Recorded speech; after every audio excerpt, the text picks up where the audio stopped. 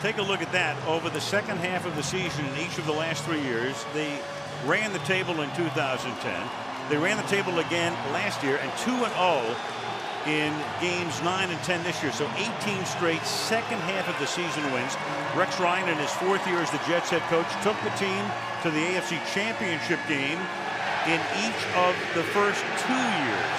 They got that close to the Super Bowl. And as you take a look at the teams on the field, with Devin McCourty back to receive the kick, Nick Folk to kick off, the Jets won the toss, elected to defer, which means we will see Brady right off the bat, and McCourty will take it back from the 2-yard line and be stopped at the 19-yard line. And let's take a look at the Patriots starters.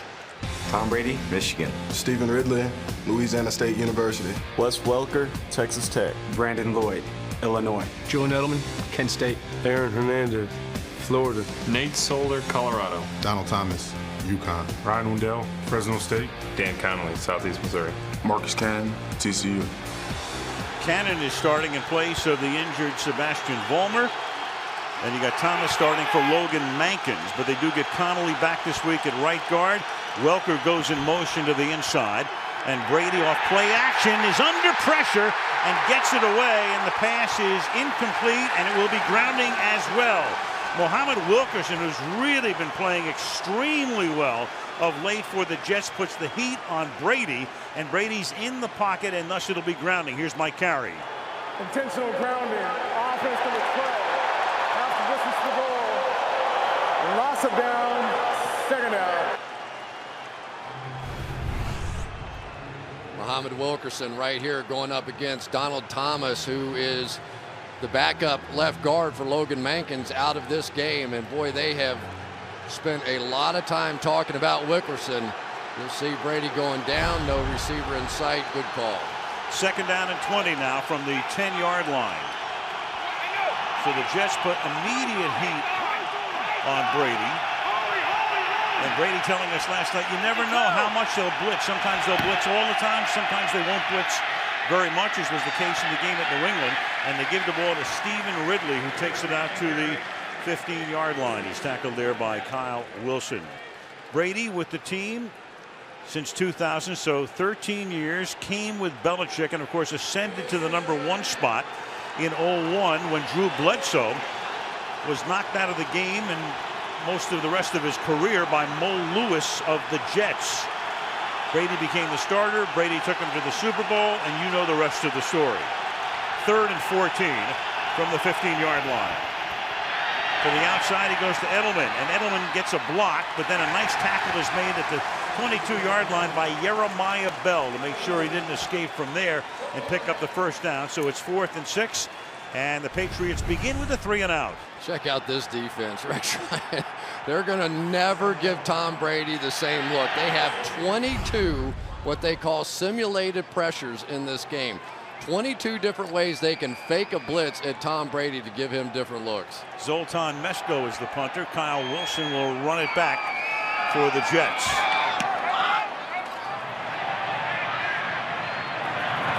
And Wilson fields at the 34 and then just has to cover up at that point.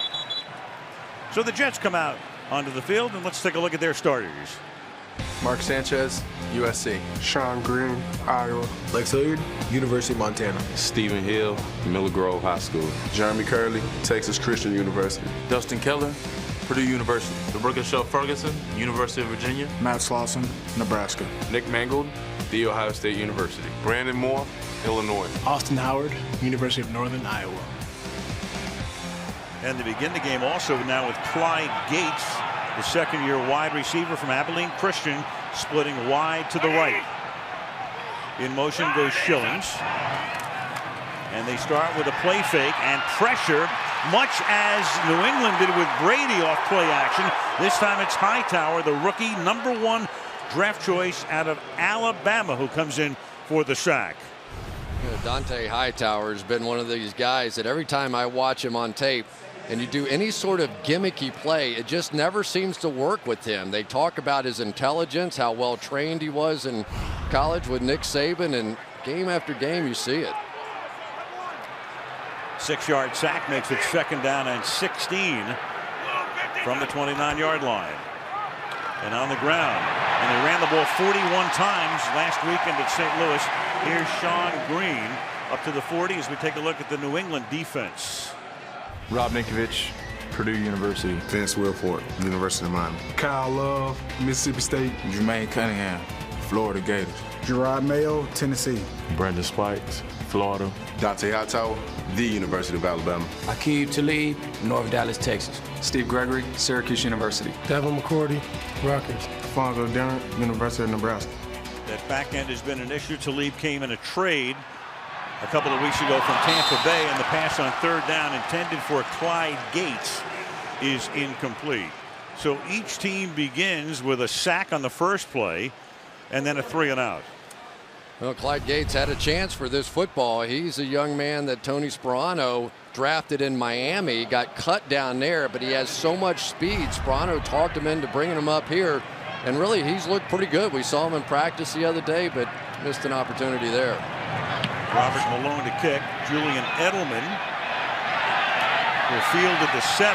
And Edelman has some room down the sideline. And Julian Edelman, who ran one back last week against Indianapolis, takes it out to the 36-yard line. Edelman sets up Brady at that spot. 3 minutes into the game on this Thanksgiving night. From the 36-yard line on 1st down. Here's Ridley, the 2nd-year back out of LSU, having a real good season up to the 45-yard line. They let Benjarvis Green Ellis go. He winds up in Cincinnati. They draft Ridley last year in the 3rd round, and right now he is on a pace, as Brady will go no huddle, to gain 1,347 yards on the ground. He's given them a real good running game and a lot of balance in their offense, and he picks up a 1st down here, taking the ball to the 50-yard line. And again, the Patriots, as they did last year with such great effectiveness here, going without a huddle. Yeah, and it's interesting what the Jets are doing. The Jets are staying small out there, almost daring Tom Brady to hand it off. They said they'd much rather see him hand it off than throw the football. Play action, Brady to the left side, and it's one-handed by Aaron Hernandez. So back from the ankle injury, Hernandez takes it to the 23-yard line. So no Gronkowski, but they get Aaron back, and that's good for 27 yards. Going to go all the way across the field. Strong play fake to the top of the screen and then come back the other way. And I'll tell you what, they just reload at tight end in New England, don't they? From the 23. And they change it up on offense. Here's Ridley. The Patriots run more plays and have over the last 2 seasons than any team in the league because they work the no huddle to such effectiveness. They run about 70 plays a game, and the average team runs about 64. Yeah, we got a clock on it, huh? And a play every 25 seconds. That's the fastest of any team in the NFL. And that would also encompass the fact they have a lot of big leads and run the clock out at the end. So when they get going, they really get going, as is the case here. And on 2nd and 9. Brady moving away, buying time, throwing too high. Good coverage in the back of the end zone, intended for Lloyd, covered by Cromartie. It'll be 3rd down and 9. See, since the beginning of last season, 70 plays per game, and it's the highest average in the league. The league average just 1/10 under 64. And as Chris just said, 25 seconds per play. And in this no huddle, they're running them at about 15 to 17 seconds per play. Go 4 wide here on 3rd and 9. Brady, look at that protection. Throws underneath and it's incomplete. Welker was cutting across the formation. Pressure was put on finally by David Harris. It's 4th down, and in comes the field goal unit. Of course, by now you know Darrelle Revis no longer here, so it is now Antonio Cromartie assuming the island out on the outside. Kyle Wilson on the other side, slipping and falling down there, but he has played well, and they just missed this one. You don't see Tom Brady and Wes Welker miss often. Oh, so 4th quarter Super Bowl I won, I can remember. 39-yard attempt for Stephen Gostkowski, and that kick is hooking and is no good. So Brady marches him down the field, but it bogs down. Gostkowski no good on the field goal attempt, and it remains scoreless at the Meadowlands.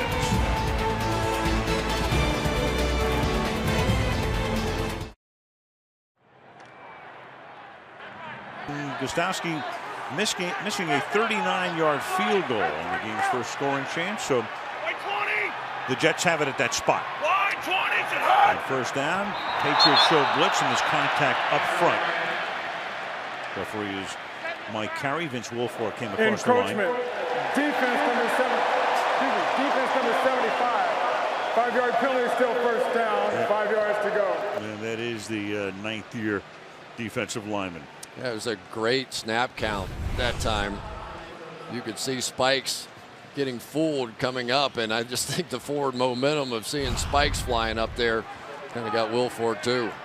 You're going to see that a lot out of Spikes come ripping down through the middle of the field.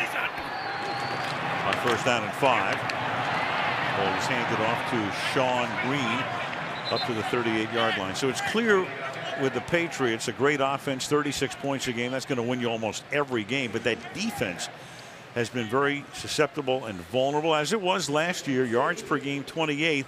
But then they get better as the opponents get deeper into their territory, because they're only 16th or mid-pack in terms of points per game.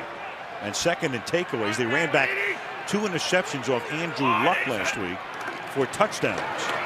And on second and short, big hole over the right side, and Sean Green takes the ball into New England territory to the 46-yard line, tackled by McCourty. One of the things when you get this run through is you get isolations on the other side. So you get the one-on-one block coming through there, and if that block is successful, there's no flow over the top by the linebackers. They love playing that downhill, smashing the center kind of game with Brandon Spikes, but it gives them very little cover up if something goes wrong.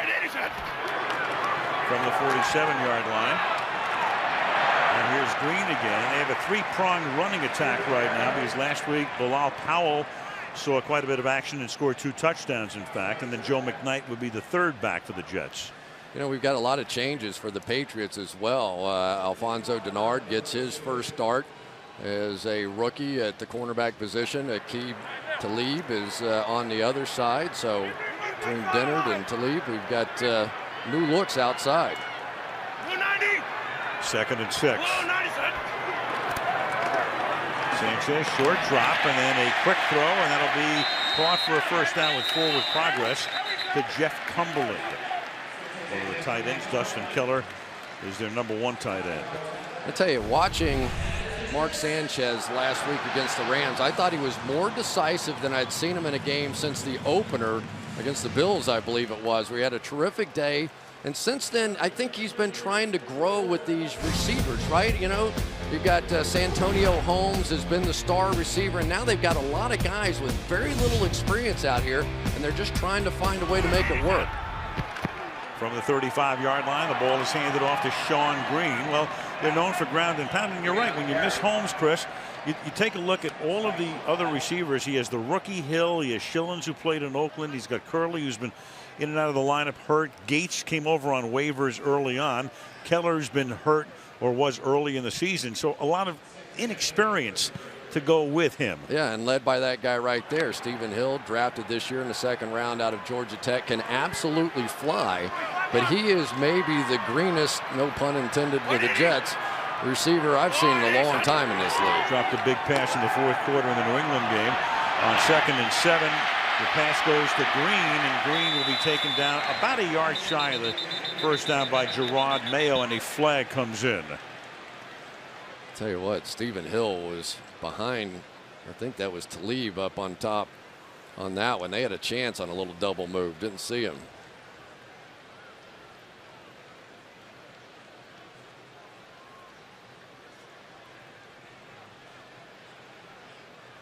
Holding, defense number 96. 5-yard penalty, automatic. First down. That is Jermaine Cunningham with the hold and an automatic first.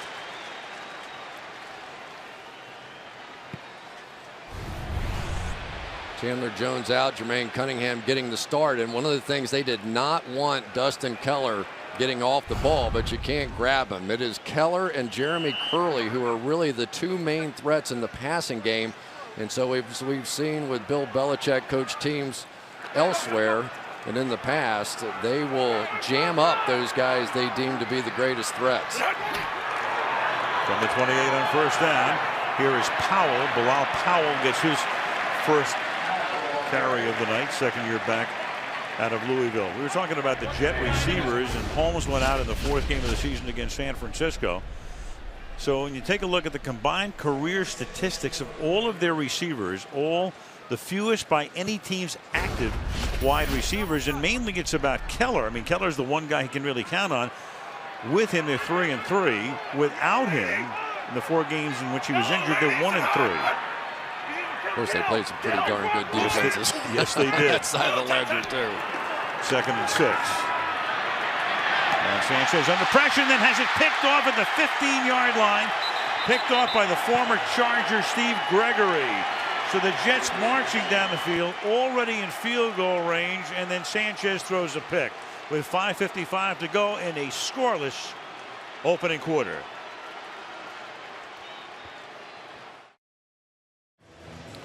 So the Pats with a 22nd straight regular season game with a takeaway. That's the longest current streak. So after the Patriots missed the field goal, the Jets marched down the field, but then the Gregory interception sets Brady up at the 16-yard line, first down. And they begin with a play fake and a pass that is incomplete, leading Daniel Fells by a little too much. 2nd and 10, and back we go to the interception. Watch Kyle Arrington settle outside and invite the in cut by Jeremy Curley, because he knows he's got Steve Gregory coming in a trap coverage across the field this way. They set it up. They invited him to break inside. The Jets took the bait, and the Patriots took the ball. Beautifully explained and photographed as well. That was perfect. 2nd and 10. And Mike carries Crew with a flag here before the snap. 12 men on the field. Defense, when the snap was imminent, in a formation, 5-yard penalty, it's still 2nd down. New twist in the rule this year with 12 men on the field. Instead of the snap being allowed, they call it here when the snap, as Mike says, is imminent, and that will make it 2nd down and 5. A lot of new twists in the rules, as Jim Schwartz found out today in Detroit. 2nd and 5. And they give the ball to Danny Woodhead, who takes it out to the 30-yard line, and an inside handoff. Tackle there by Lancaster. First down. And let's take a look at the Jet defense. Mo Wilkerson, Temple Ave. Shonep Ohio, University of Utah. Mike DeVito, University of Maine. Calvin Pace, Wake Forest. Dave Harris, Ottawa Hills. Bart Scott, Southeastern Junglers. Brian Thomas, UAB. Antonio Cromartie, Florida State. LaRon Landry, LSU. Jeremiah Bell, Eastern Kentucky.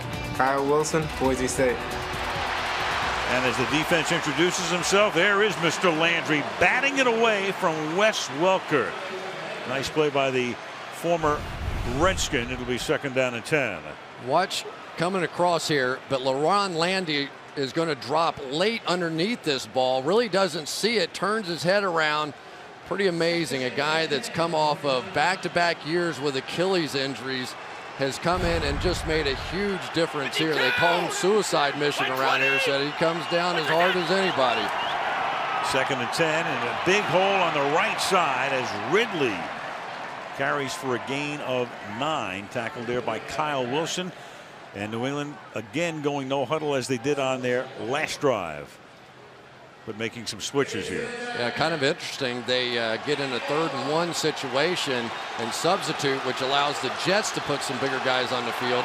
And remember, Tom Brady in quarterback sneak situations is almost unstoppable. I think 40 in a row. Yep, started to go no huddle and then brought in the big package. It's 3rd down and 1. And they toss the ball to Vereen, and Shane Vereen takes it out to the 45, tackled there by Bell, and a first down. Well, when you know that stat about Tom Brady, what do? You kind of fake the inside run. Everybody's jammed up, and you flip the thing out to Shane Vereen, who is kind of the athlete. He was actually drafted ahead of Stephen Ridley. And then on the outside, you've got Cromartie and Edelman trying not to hurt their knees. Now at the 45-yard line on first down. 4 minutes to go in the opening quarter.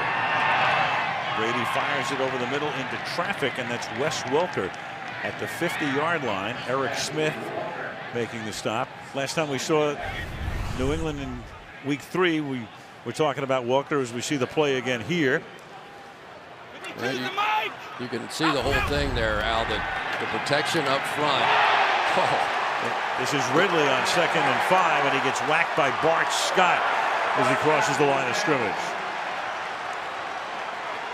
So interesting to see Bart Scott in the game. Really didn't expect to see a lot of him, because when you play the Patriots, they get all spread out. Oh, gosh, that's one you don't expect, and all of a sudden Bart Scott in the proverbial phone booth hangs up on you. That gets the crowd into it.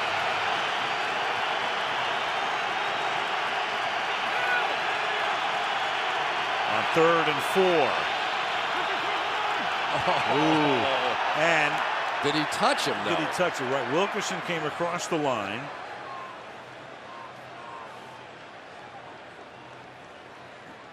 There might have been the snap looked like it was.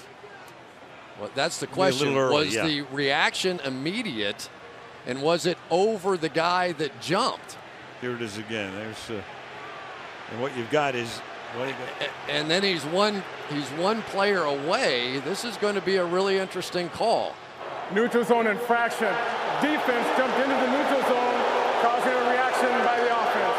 5-yard penalty. Enforcement. First down. Well, the old veteran Dan Conley right there is going to see it, but you'd be hard-pressed to convince me that was an immediate reaction. That was just a clever play, and he got away with it, and Rex said... Right. Wendell looks like he's going to snap it, then he points his left arm. You got a lot of motion going on up front.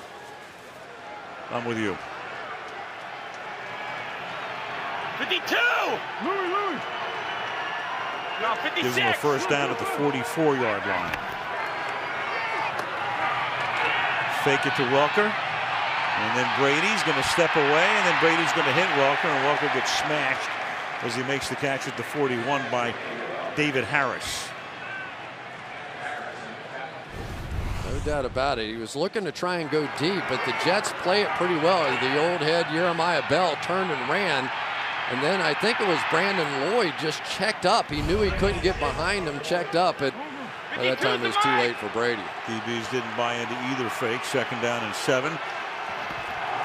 From the 41-yard line. We're on the stretch with Ridley taking the ball a yard shy of the first down. That'll make it 3rd down and 1 at the 35-yard line. Al, don't you think that's the difference in this Patriots team, their ability to beat you running or throwing this year? Top 5 in both. Tremendous balance. Ridley's really done a masterful job out of the backfield on 3rd and 1. Here he goes again, and he picks up the first down over the left side this time to the 31-yard line behind Solder and Donald Thomas, taking the spot normally occupied by the Pro Bowler Logan Mankins. Now that time on 3rd and 1, they came up and did much more of a hurry-up style of offense without the substitutes, so they could keep the little guys on the field for the Jets. The Jets have had 5 or 6 defensive backs on the field this entire game, even when there's 2 tight ends and a fullback in. A little over a minute to go in the opening quarter. And Brady slings it to the outside and incomplete. And Welker goes down. We started to talk about Wes Welker before. Early in the season, one of the big stories in New England was, are they phasing Wes Welker out? The answer, a resounding no, because he's tied for 2nd in the league in receptions. And he's on his way to a 5th season with 100 or more receptions. So I guess not. Yeah, 6 catches or more in 8 straight games. I wish they phased me out like that in Cincinnati. That would have been nice.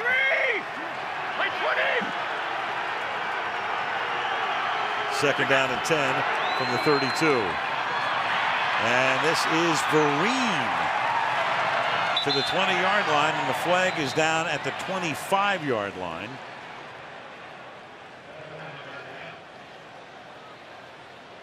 Head linesman throwing the flag, and Mike Carey will give us the call here. Personal foul. face mask. Defense. Half the distance to the goal from the end of the run. Automatic. First down. Here's the problem. You play all these defensive backs. Here's Eric Smith out here, and he's going to get blocked by the center. You got about a 205-pound guy getting taken on by a 300-pound center. And give Tom Brady credit. He has been patient. He is stuck with the running game here. As long as the Jets stay small, he is going to keep pounding them. So the call on Lankster getting his hand in on Vereen's face mask and sets up a 1st and goal from the 9-yard line. And now here is Vereen again to the 7-yard line. Second-year back, drafted in the 2nd round last year out of the University of California. Yeah, so much for the little guys. Now they got the big guys in there. Bart Scott, Sione Baruha, who made that play. So cat and mouse game continues. 2 linebackers in there now. 2nd and goal in the waning seconds of the quarter. Vereen again. Through the middle he goes. He gets it to the 3-yard line. And as we tick down to double zeros, they'll change ends of the field. We'll start with a 3rd and goal when the 2nd quarter commences from MetLife Stadium. And that is the end of the 1st quarter. New England nothing. The Jets nothing. Sunday Night Football's Thanksgiving special continues after these messages.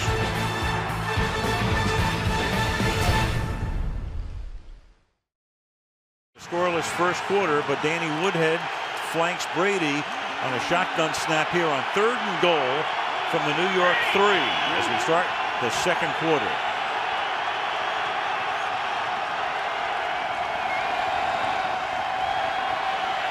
Brady, great protection, slings it to the outside, and there's Welker getting open for the touchdown. Lankster was inside. Welker goes to the outside. Tom Brady converts to West, and the Patriots take the lead. Ellis Lankster here really makes a big mistake on the outside. You'll see Wes Welker comes out, settles. Brady's looking away. And why Lankster came off of Wes Welker, I have no idea. You know, he's right there. He's going to be sitting right in front of him, takes his eyes off and doesn't go pursue him. I know it's probably kind of one of those combination coverages, but you've got to cover that guy. Steven Gostowski for the extra point. And we're 6 seconds into the 2nd quarter with the Patriots looking for a 5th consecutive victory on top 7-0. Going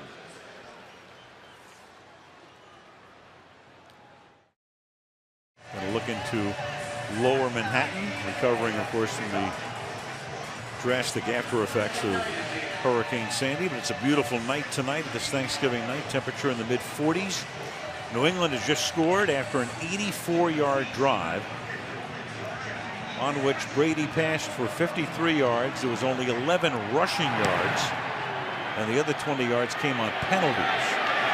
And 6 yards into the end zone, Joe McKnight, one of the best in the league, is out to the 30-yard line and then taken down at the 34. Tavon Wilson is in there to stop him. Early in the 2nd, Sanchez goes to work. 7-0 New England. Why I'm thankful. I'm thankful for my family and friends and their continued support. I want to wish them and all of you a happy Thanksgiving. For my family and for all my friends who have supported me over the years and always challenged me to accomplish my goals. I love you guys. And tonight's quarterbacks, why they are thankful on this 22nd night of November as Sanchez begins this drive from the 32-yard line. Start with a draw play with Bilal Powell. Of course, with the Sanchez and Brady, these are two guys who are used to being on a lot of covers. Some they have posed for. Obviously, Tom right there for GQ, and Mark's done it well. There he is. And occasionally they've appeared on covers when they don't know what's coming out until the tabloids appear at the newsstand the next day. I must say, that's just wrong. Put those two hunks on there and then come right to us. What are they doing? Right. Fred and Drew, what are you guys doing in the truck down there? Guys are always looking for contrast. 2nd and 6 from the 37-yard line. Off the play fake. And a ton of time, and Powell gets free, wide open, and takes it to the 50-yard line. First down for the Jets. This Bilal Powell is really becoming a bit of a factor. He had a Good day last week, 11 carries. The first time he's had that much. Go play fake to him, and then just escapes out into the route. And this is the way they played the last time. And really, they got behind in that game, too. They were down 10 points and came back and took it to overtime with a very patient approach.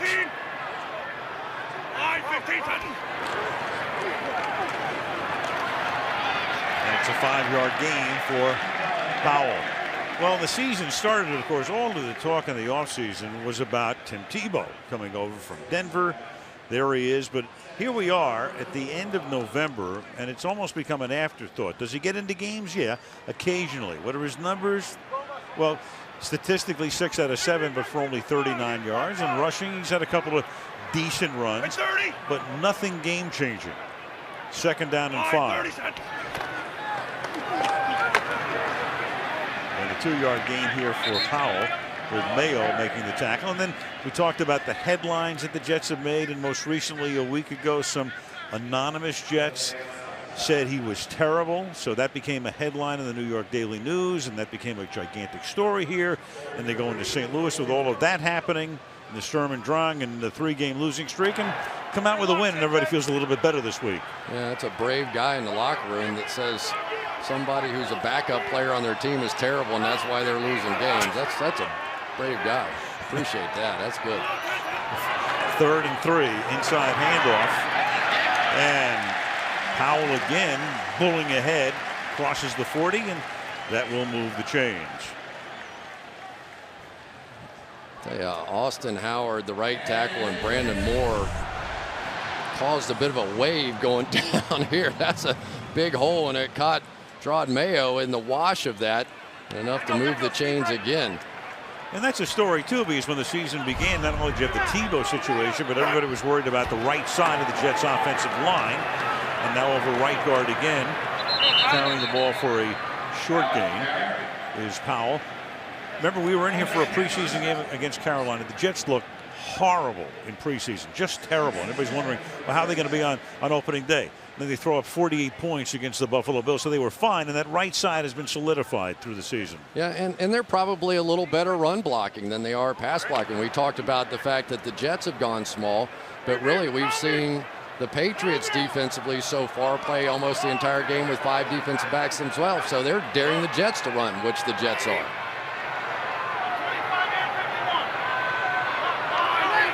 Jets have run the ball 11 times for 58 yards, so effective there. And then they throw it to the outside, and Cumberland makes the catch before he's escorted out of bounds by Brandon Spikes, and that'll make it 3rd down and 2 for the Jets. Now this really is a very good offensive line. There's DeBrickashaw. I don't have to circle him. Everybody knows DeBrickashaw over there. He went to the Pro Bowl. Has been there many times. Nick Mangold many times at center. Brandon Moore made the Pro Bowl last year. So this is a team that, okay, maybe your skill position players are a little dinged up.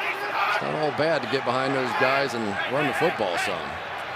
3rd and 2 from the 32. They'll keep it on the ground, and this time trying to get that 1st down. Trying to bull ahead is Powell, but Mayo is there, and they're going to come up a little bit short.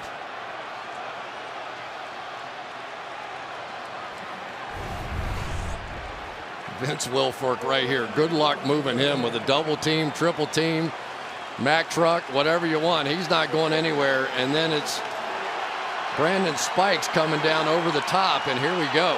Well, they keep the offense out on the field on 4th down and a short 1. Sean Green is the running back. He gets it, and Green will lose the ball. And it's picked up at the 20-yard line by Steve Gregory, who has already had an interception tonight. So now he has a fumble recovery to go with it. So it looked like Green was stopped, and then the ball came loose, and New England winds up with it at their own 17-yard line. Green would have been stopped anyway. From the 17, Tom Brady begins this drive with a pass to the left side, and that's Vereen, and Vereen gets free down the sideline, and Vereen is inside the 30, and nobody's going to get him. Touchdown, New England. 83 yards.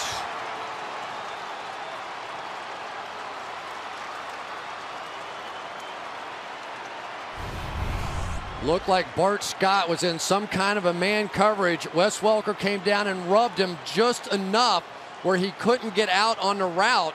And Shane Vereen, who is the speedster, it's Ridley who's been getting a lot of the attention, but Vereen was actually drafted a round higher. Got just enough of that little rub against Bart Scott, and that was that.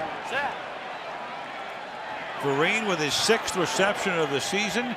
So the Patriots had one long drive for a touchdown and then a one-play drive. 83 yards. Gostowski kicks the extra point. And the New England Patriots, just like that, on top, 14-0.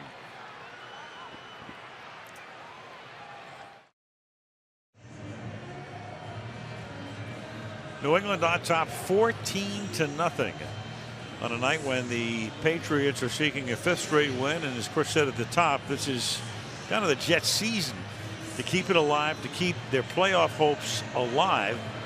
And they're not that far-fetched in the sense that the Jets have a pretty easy schedule down the stretch. But first things first, they've got a mountain to climb tonight already as Gostowski's kickoff will be fielded. Well, won't even be fielded by McKnight. Out of the end zone it goes. And New York will go to work from the 20 as we go back to the touchdown. Watch Tom Brady. He sees the whole thing. Man coverage, Shane Vereen. Yeah, you're going to just take off right down that sideline and score a touchdown, all right? Yeah, got it. No problem. Looking over, freeze the linebacker. Wes Welker going to get you a little pick. See you later. You know, as soon as Bart Scott got in the game, what do? They start throwing it. And he looks like the professor there, doesn't he? He is something special. He knows what's happening on the field. He was talking about it a little bit last night, right? He's like, game's a lot easier than it used to be. From the 20-yard line, this is Clyde Gates picking up a first down. I mean, look, we see Brady and we've seen Peyton Manning through the years. And in effect, Chris, it's very much like having your offensive coordinator on the field as well as the quarterback. Yeah, that's what Bill Belichick was saying. It's kind of hard to coach Tom Brady. When we said, we're like, what? You know, what are you saying? He said he knows so much by the time we get into our first meeting on Monday, I had better do my homework or I'm not going to be able to keep up with him.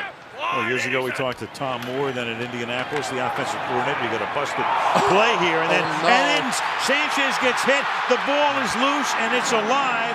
And then going into the end zone is Steve Gregory, who's had an interception, 2 fumble recoveries, and a touchdown. Gosh. Oh my! Vince Wilfork just threw Brandon Moore into Mark Sanchez. I have never seen this before in my life. Watch this. Vince Wilfork is going to throw Brandon Moore back into his quarterback. He's going to fumble the football. This is what Reggie White used to do to people, forklift them and just lift them off the ground. Mark Sanchez not expecting it, and it was the backside of Brandon Moore that knocked the ball out. Now, he may have been on the ground. Well, it's being reviewed obviously on 2 levels. Number 1, it's a turnover, and number 2, it's a scoring play, and Mike Carey just had it confirmed. It stands.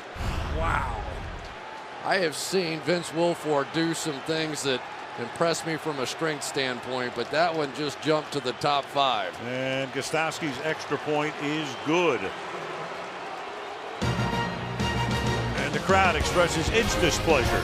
21-0 New England. Why I'm thankful? I'm thankful for a family. I'm thankful for my wife, my kids, and I'm thankful for life, and I'm also thankful for the freedom that we have here. I'm thankful for my family and friends. I want to wish everyone in Freeport, Long Island a happy Thanksgiving.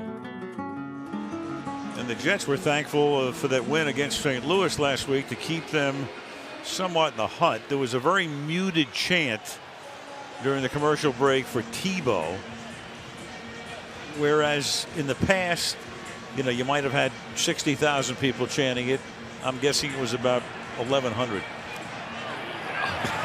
That are left. Right. Here's the kick. About 7 yards in. Joe McKnight. And McKnight will lose the ball again. It goes right into Edelman's hands. And Edelman goes in for a touchdown. And the Jets have turned the ball over 4 times. Devin McCourty created it. Whoa, boy. This is the Keystone Cops. I'm telling you, remember the old football follies thing they used to put together? Yep. This is it. You're getting a chance to see it live tonight. Julian Edelman on the fly catches that thing. Oh my gosh. Now it's a product of hard hitting and guys bringing it. Let's not say that, but these are some of the most bizarre plays you'll ever see. Julian Edelman last week had a touchdown on a punt return, a touchdown on a reception, and now one on a fumble return. The extra point is good. Wow, that was some hit too. I mean, it's not often you see a guy cold cocked like that. Mike Tannenbaum is the general manager. There's already enough heat here with the Jets, and it will get a lot hotter. I mean, this is one of those when the whole world's watching and they're sitting on the couch and you got your wife and your grandmother and everybody sitting there and they're saying, the Jets always play like this? Boy. And it, you know, for me, it all started back. They had a chance on that 4th down play to pick up a 1st down. It was a poor block by Lex Hilliard, the fullback, that created the turnover, and from there, it has been awful. Well, you also had the interception by Gregory, where they trapped him into throwing that pick, and that led to a long drive. And Mike Westhoff is the special teams coach, and you saw some of the ugly numbers that he's had to live through this season. Wow. Wonder what's going to happen next. Revolution. I don't think I've ever seen that either. That's 2 plays in a row I've never seen before. Catch it on the fly. 7 yards in. McKnight. And he gets taken down at the 18. There's a little bit of a Bronx cheer, and he's throughout the third because he held on to the football. And the crowd, well, they're booing everything right now. I mean, they wouldn't mind seeing Ken O'Brien come in at quarterback. Look at big Nate Ebner in there, coming down and making the play. Some of these special teams guys, that's how they make the National Football League. That's the way they do it. A little neck roll and the whole bit. And for Tim Tebow with that rib injury, you wonder if he even could play tonight. Yeah, there was some question as to whether he'd even be active tonight with the rib injuries. So at the 18-yard line on 1st down, give the ball to Green. Green gets it up to the 21. Jets started the night with a decent running game, but you're down 28-0, and you can forget about the ground game. Well, Vince Wilfork is just going to continue to wear people out, and these are good football players. Get on the double team, he's going to split across that, rip his helmet off. That's a heck of a football player still. 2nd and 6. And Sanchez will sling it to the outside, and that'll be caught by Conrad Rulin for a 1st down. New England with those 3 touchdowns in a 52-second span. Wow, and the one right before that, the touchdown down the boundary, was a pretty amazing play too. I mean, that's about 3 of the most spectacular touchdowns back to back to back that you will see. Halfway through the 2nd quarter. And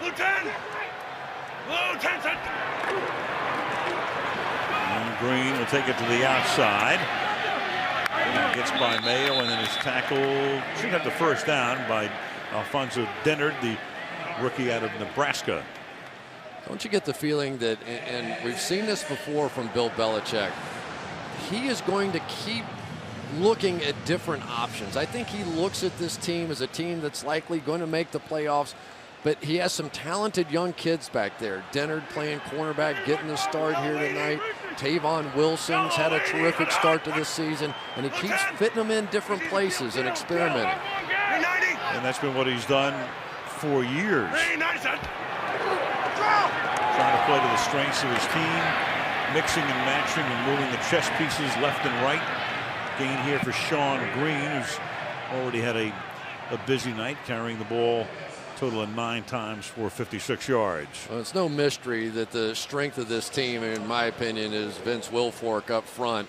But you add him along with Kyle Love and Brandon Spikes and Gerard Mayo. Boy, they are tough to run against at any time inside, so they can play so many more people in coverage because those 6 guys in there can handle the run. So Bob Kraft flanked by his sons Danny and Jonathan looking on very proudly, and the pass to the outside here caught by Power, and he gets taken down by Patrick Chung. Been a healthy scratch the last couple of weeks. Well, they're still playing out there. Watch DeBrickashaw Ferguson right here. This is a heck of a little spin move by Ninkovich, who's got 6 sacks on the season, and DeBrickashaw Ferguson, one of the few guys with the quick feet to be able to make that block. There aren't many guys can out-quick DeBrickashaw Ferguson. Well, now you got a good part of the crowd chanting for Tebow. Some of them are chanting for Tebow, and they're being drowned out by the people booing the Tebow chant. Or they might be saying, let's go. Let's get Richard Wood back. Oof.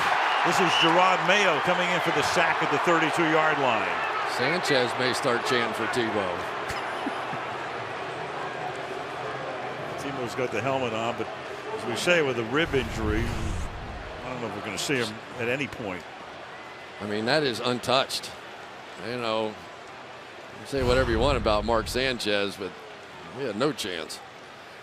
Robert Malone is the punter.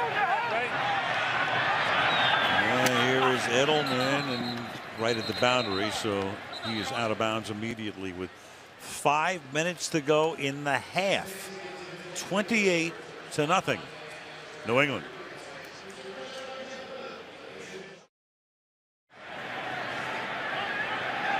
From the 27-yard line on first down. And Brady's going to go to the air and throw to Brandon Lloyd, who takes it out to the 39-yard line. Brandon Lloyd, a guy who's been with 6 teams, tackled by Harris. Patriots fans have to be disappointed. That's the first play run this quarter they didn't score a touchdown on. And they go to the air. They have a 28-0 lead, and they're going to go no huddle. Patriots coming off a franchise record-tying 59-point outburst last week against Indianapolis, and Stephen Ridley takes it up to the 40. You know, some of the numbers, one of the Jets players down here. And that's Wilkerson. Their best player. Yeah, apart from that, not a problem. Injury timeout. Wilkerson was down on the field for almost 2 minutes, but fortunately gets up and is able to walk off. Fireman Ed. Yeah, Fireman Ed is he doesn't know what to think. Meanwhile, the headline writers are already at work 52's the mic for tomorrow's papers. 2nd down and 5. And to the outside and getting stuffed right there by LaRon Landry is Ridley. So I don't know, what do you call it tomorrow? Black Thursday? It comes a day early, doesn't it? Yeah, this is, you know, for the Jets, they showed a little sign of life, and really they played so well against the Rams, but they ain't in St. Louis anymore, are they? No, Toto. 3rd and 5.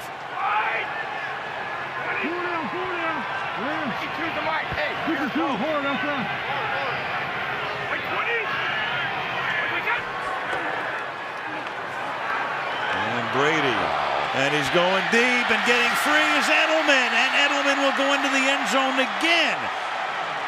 2 touchdowns last week, 2 touchdowns tonight. That's 56 yards to Edelman, and it'll be 35-0 after the extra point.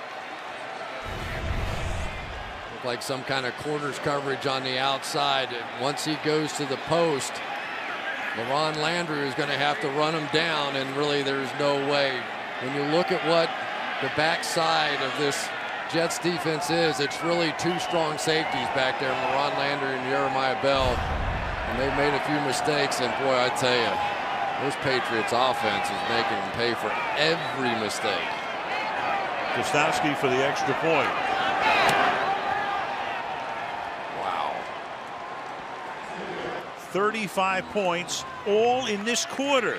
Believe it or not, it was scoreless after one. Now it's 35-zip.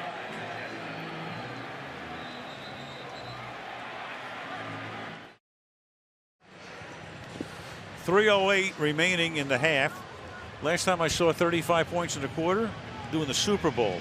Denver against Washington after the '87 season. Denver led 10-0. Meanwhile, the Pats with 35 tying a franchise record, and the NFL record for points in a quarter is 41. The Packers did it back in the 40s. The Rams did it in 1950, and the Patriots could do it tonight. I'm going to say the Knicks. Let me outscore them. Here's McKnight, a yard in the end zone. And McKnight out to the 23-yard line. NFL history, most points per game. Take a look at that. Bill Belichick, 24.4. Minimum 200 games as a head coach. Of course, that also includes Bill's years as the head coach of the Cleveland Browns in the 90s. And then points per game, well, you match him up with Brady. It's almost 28 a game. Other quarterbacks, you had a motley crew for the most part, with some pretty good players in there as well, including Drew Bledsoe for a while. But a big difference, obviously, with number 12. From the 23-yard line, Sanchez, and he hits Jeremy Curley. Curley, the only wideout on this team this year who was with the team last year among the active wideouts. Of course, Antonio Holmes is our injured reserve. Jets go no huddle, 2nd and 5.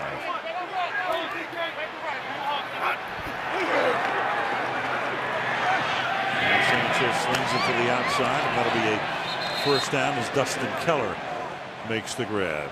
Clock ticking down, 2.5 to go in the half.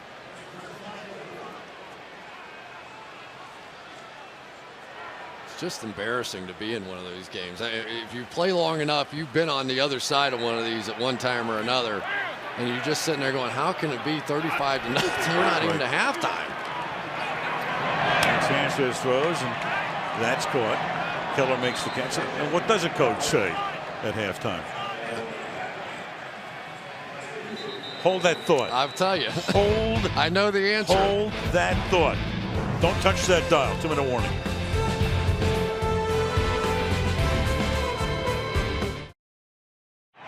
Back to the Meadowlands. 2nd down and 2 at the 2-minute warning, and getting stuffed in the backfield is Bilal Powell. Big Wolf Fork is there, and it'll be 3rd down, and a timeout is taken here by the Jets. This is awesome stuff. Now, I hope people can appreciate what's happening with this guy. Watch him get off this double team. He's fighting through 3 guys and made the play. I mean, it's 35-0. He's a veteran. He goes to Pro Bowl every year. You know, if they ask for it, he could go sit on the bench and drink Gatorade, and he's just slaughtering the Jets right now. He's got to be one of my favorites. Not only is he a great player, and you can watch him all day long, has to be one of the most entertaining guys and lighthearted, fun guys to be around in the National Football League. Great guy. Great sense of humor. Always fun to meet with him. 3rd down and 2 from the 48-yard line, and over the middle. The pass is caught at the 45-yard line by Jeff Cumberland. You don't think John Madden might consider Vince Wilfork for the player of the game, do you? Well, I'll tell you what. He's got Edelman and he's got Steve Gregory right now, among others. Yeah, but Vince looks like one of his guys. No question. Yeah. And that one is tipped and incomplete, intended for Curley.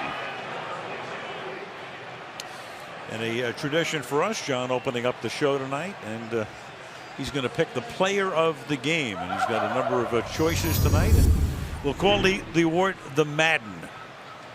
Madden player of the game. Some of my favorite memories of the National Football League was John Madden, you doing the turducken. I used to sit on the couch and just laugh out loud at that stuff. 2nd and 10. Sanchez slings it to the outside, and then it's caught there by Stephen Hill, and the rookie is taken down at the 36-yard line. We used to laugh about the turducken, and then John brought one to the booth one night. You saw that in the open of the show. It was delicious. Really? It was fabulous. Thanksgiving flashback. There you go. Denny Green was there, and Randy Moss. Randy Moss was not interested in talking. He just wanted to eat. And Brett Favre and Amon Green were there, and Robert Smith and Emmett Smith. Nate Newton enjoying a little repast. Nate was one of John's favorites too, wasn't he? Yeah. Oh, of course. Yeah, that's no surprise he got a turkey leg.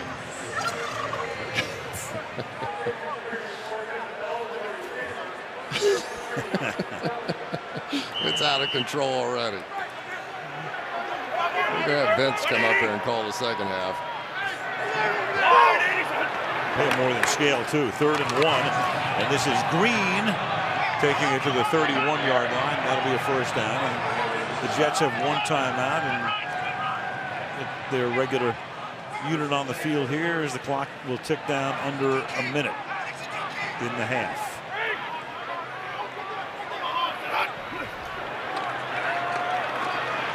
Sanchez to the outside, and that is incomplete. That's all they would need is another pick here. Gates covered there by the rookie Dennard. 2nd and 10. I tell you, this kid Alonzo Dennard is making an impression. A bunch of interceptions already this year. He got the start in this game tonight, and Clyde Gates is quick, and Dennard was right on him. You know, if they get cornerback play to go along with everything they've got up front, if Talib, who had an interception for a touchdown last week after coming over in the trade, if these two guys and they had a little corner play, they're already pretty good. I don't even know what category to put them in. 2nd and 10, and that pass is caught, and then getting whacked at the 20-yard line is Gates, and then the ball is loose on the ground because Gates was hit so hard by Kyle Arrington. And Arrington is down, and so is Gates on the violent hit.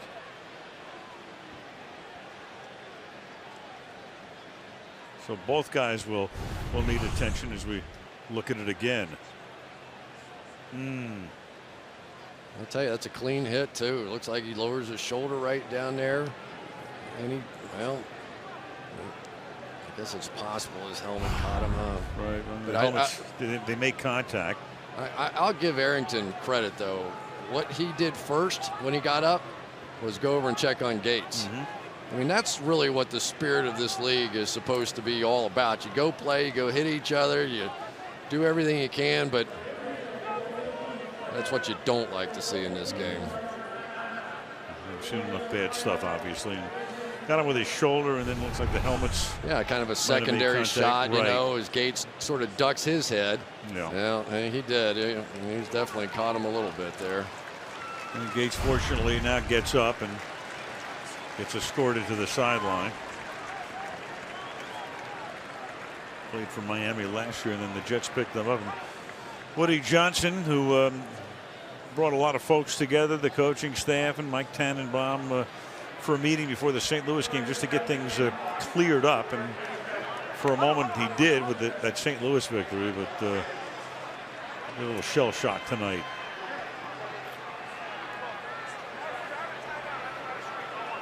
So the clock goes to 32 seconds. They put 3 seconds back on the clock. It'll be 3rd and 1 just outside the 20-yard line.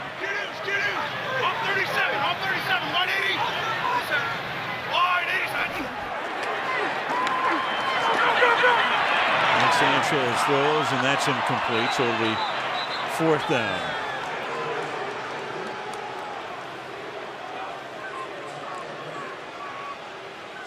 Well, not a lot of things to think about here, right? You just take a shot, and really, even field goals don't do much for you. 4th and 1, maybe they're playing something short. Take a shot at the end zone. See if you can get yourself back within 4 scores. Arrington is back in the game for New England. Sets up on the slot receiver. They bunch 3 receivers to the left, and the pass is caught at the 15-yard line, and that'll be a first down. Stephen Hill makes the catch, and the Jets will have to spike the ball to stop the clock. Out of timeouts, taking a lot of time. Crowd very restless. Ball at the 14.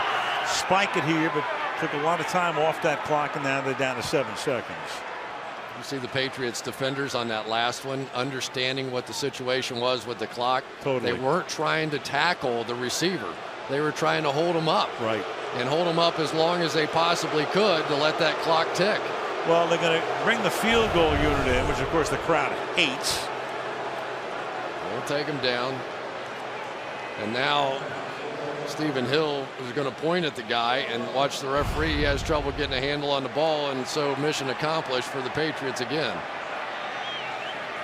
This will be a 32-yard attempt for Nick Folk.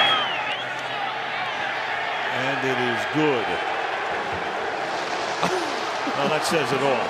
And they shot up fireworks. Right.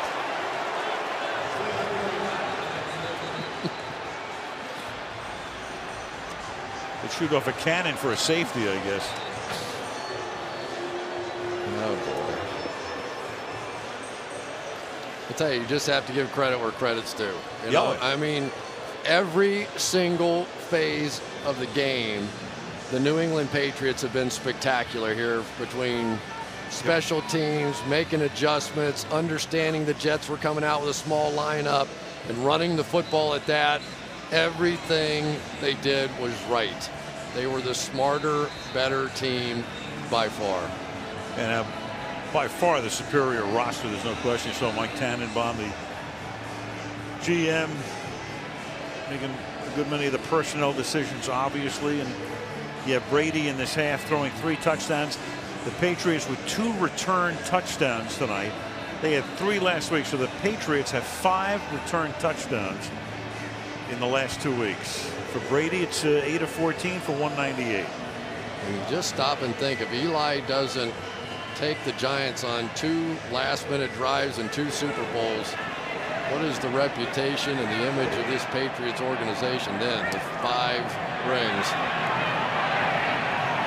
This will be Edelman with a kneel down and then a little bit of contact at the end here.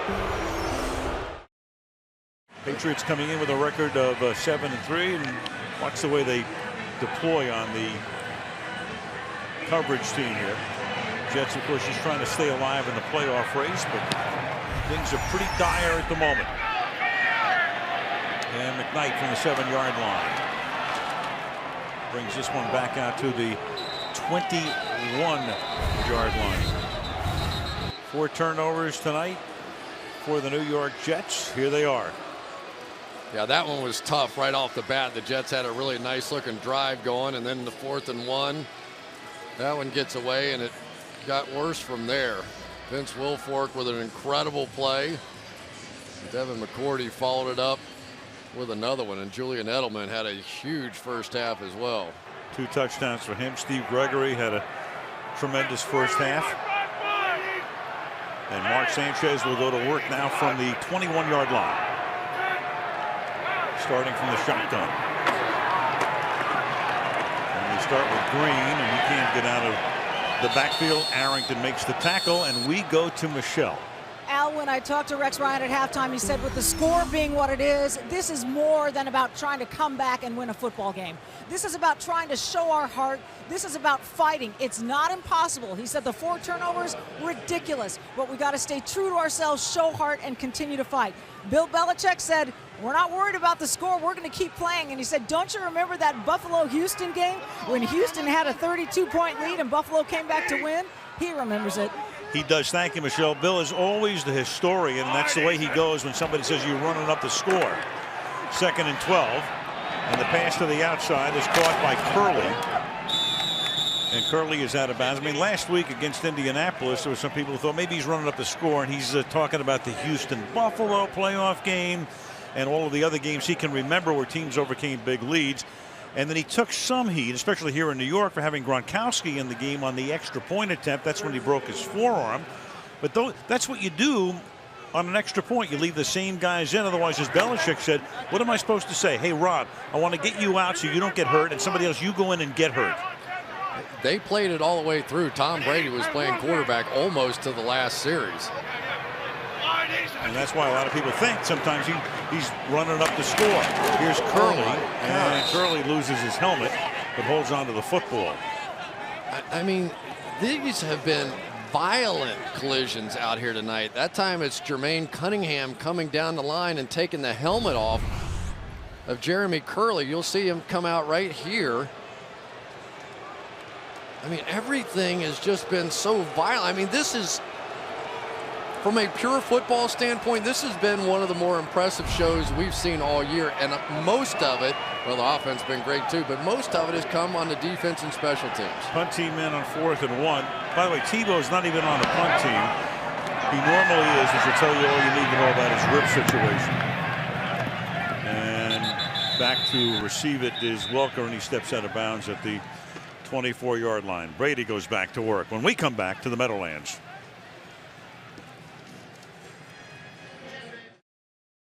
Good evening. I'm Robert Kraft of the New England Patriots. I love Thanksgiving because of the 3 F's: family, food, and football. And I hope all of you enjoy the same. Happy Thanksgiving. Bob Kraft bought this team in 1994. Take a look at that. 200 wins, 98 losses. So they've won better than 2 out of every 3 games since he took control of a team he rooted for as a fan growing up outside of Boston. Brady on 1st down. Throwing incomplete, intended for Julian Edelman. It'll be 2nd and 10. And Muhammad Wilkerson, we're happy to report, who was shaken up and down on the ground for a couple of minutes at the end of the first half, is back, as you can see. Well, you have to marvel at what the Patriots have done over the last 4 quarters, outscoring the Colts and the Jets 70-10 now. I mean, you know, we saw a pretty good Jets team, or Patriots team, with Randy Moss and the way they could run up some points, but this team's starting to look like that. Brady up in the pocket and then throws, and that's incomplete, intended for Brandon Lloyd, and Brady knew he had him and missed him. 3rd down. Watch this motion from Tom Brady, about as efficient as it can possibly be, up and out.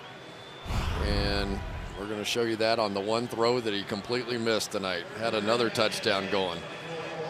Looked like a popsicle, didn't it? Mm-hmm. You know what popsicles are, right? Even in Kentucky. On 3rd and 10. That whole shoe thing we have a problem with. Right. On 3rd and 10. The catch is made over the middle. Wes Welker up to the 43-yard line for a 1st down. One of the things that this Patriots offensive line does such a great job, these 3 guys right here, watch the throwing lanes. Steps up in there, makes it easy. They take great pride in not backing up those interior 3, the center, the 2 guards, and then the tackles work wide so that Brady has all that room to step forward. And again, they go no huddle here and give it to Stephen Ridley, and he gets slung down by David Harris after a short gain. Brady, over his last 5 games, counting tonight, and you have the 4 wins there, so he has 14 touchdown passes and no interceptions. About 175 straight attempts without one. And related to that figure here is the catch is made by Aaron Hernandez. You know, it's funny with the AFC East, you go back to about a month and a half ago. Remember, all of the teams at one point were 3-3, all 4 teams.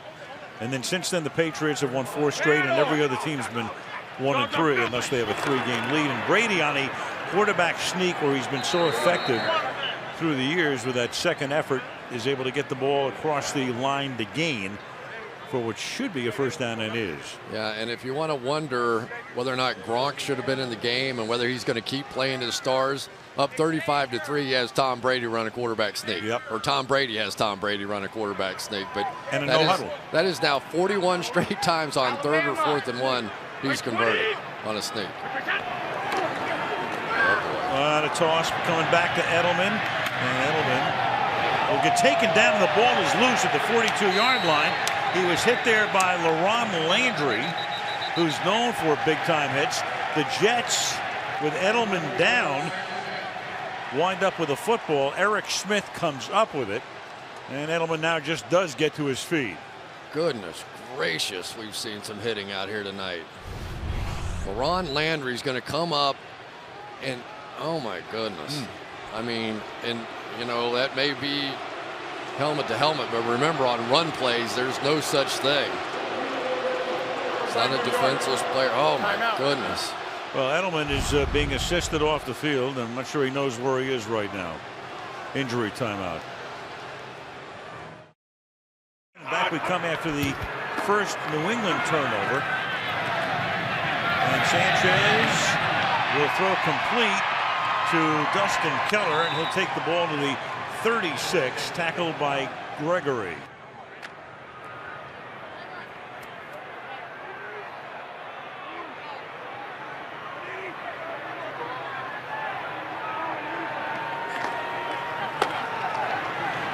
Here's Green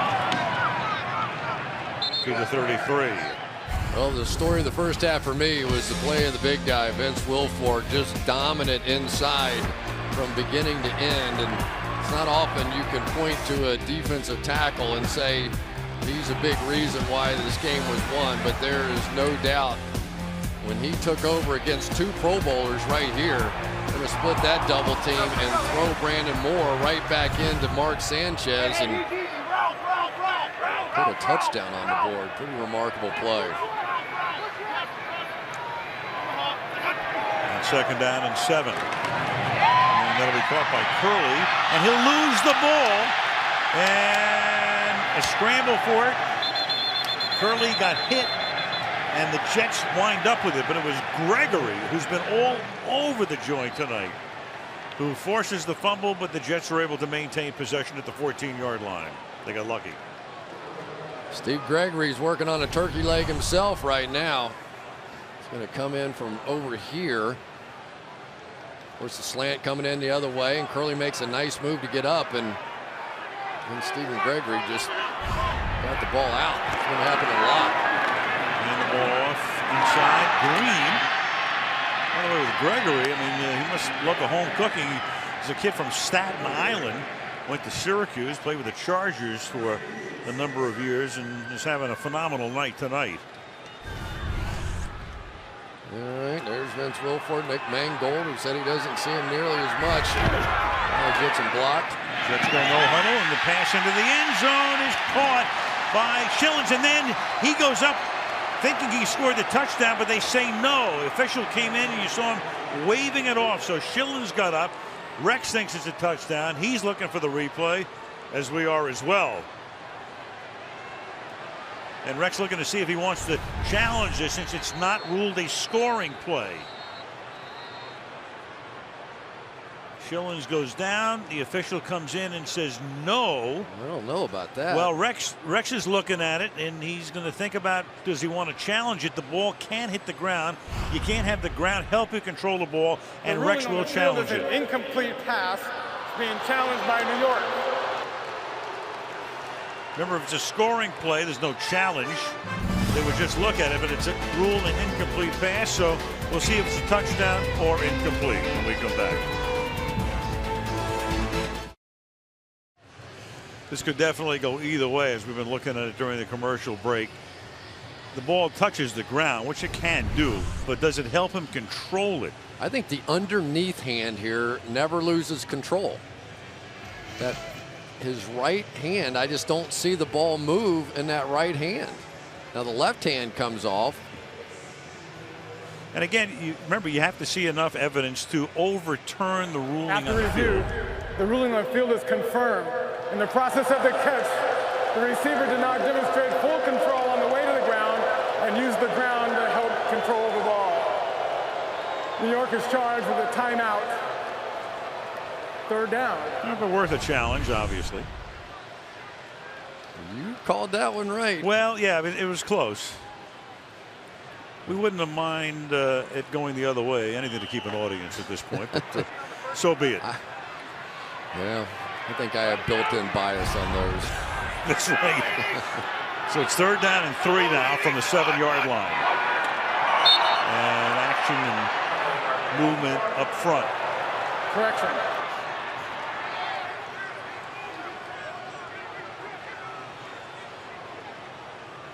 Mike Carey after a conference here.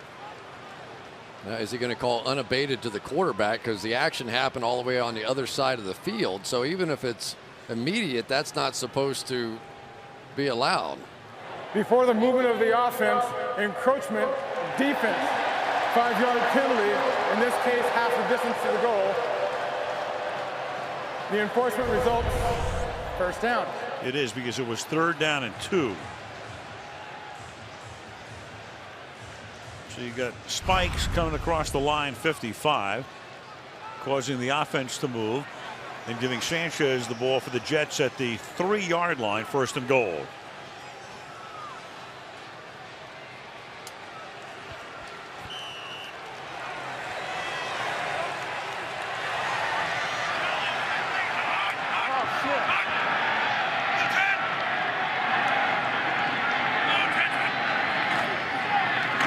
Inside handoff out of a spread formation.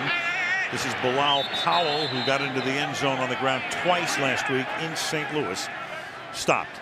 Maybe it's just me, but I would run somewhere other than where Vince Wilfork is. Meanwhile, there's Edelman, and he took that hard hit and barely knew where he was as he was assisted off the field, and he'll go back to the locker room.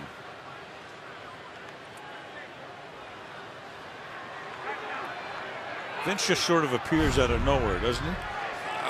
Well, he's right there. Kind of hard to miss. Right. 2nd and goal. And that is incomplete.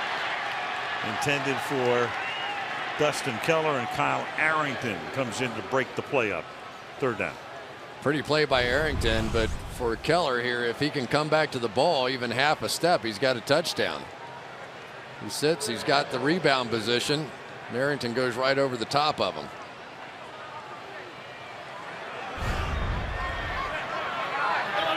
So now 3rd down and goal from the 2.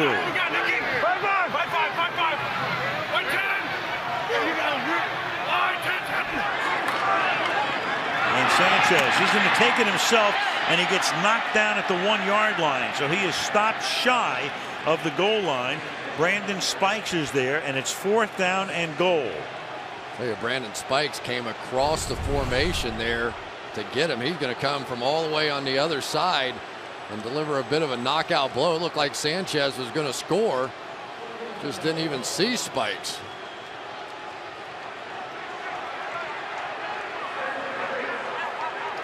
Ball spotted inside the 1. Come up with a heavy formation on 4th and goal. And give it to Green, and he won't get it. And that's Spikes again. And a goal line stand for the Patriots. And Rex has he's seen everything he needs to see tonight. 35-3.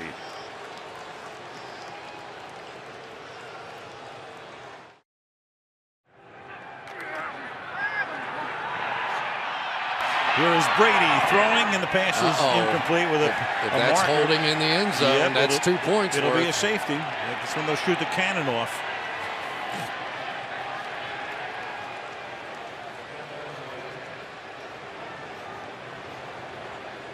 Mike Carey. Will it be 35-5? A score never before seen, I don't believe, in the National Football League.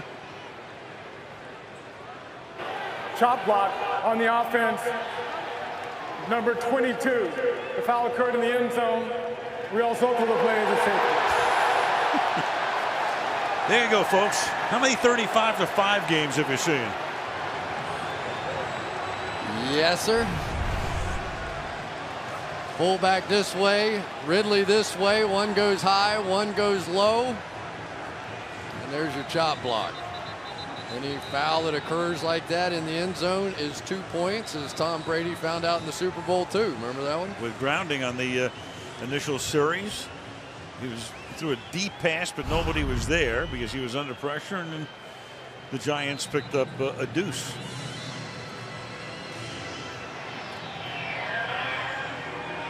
This has been one bizarre game.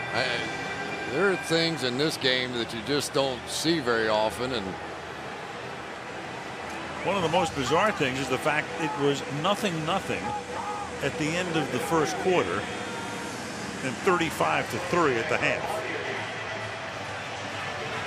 Well, I'll say this for the Jets. They didn't come out and roll over. LaRon Landry with that huge hit, got the turnover, drove it down to the 1, and got Brandon Spike down there, and now come up with a safety. So at least whatever Rex said to him at halftime, they came out fighting.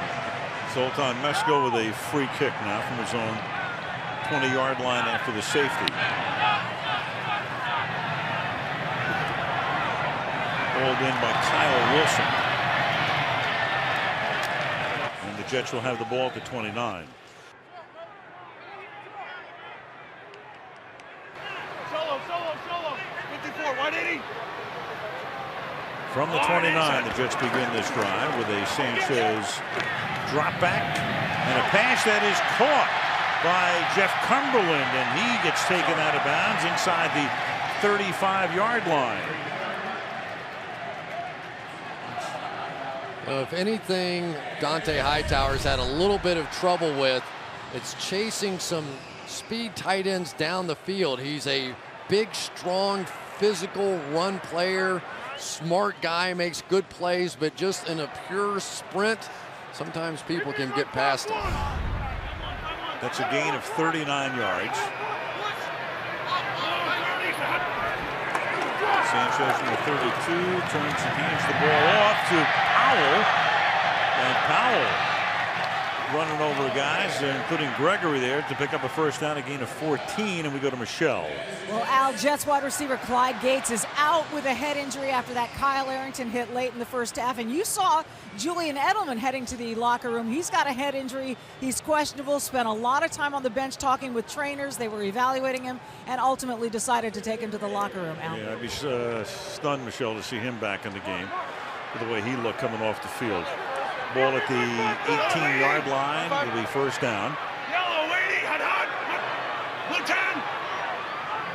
And the Jets, who were great in the red zone last year, but not so much this year. And another missing helmet there as Curley looks around and says, hey, where's the flag for that?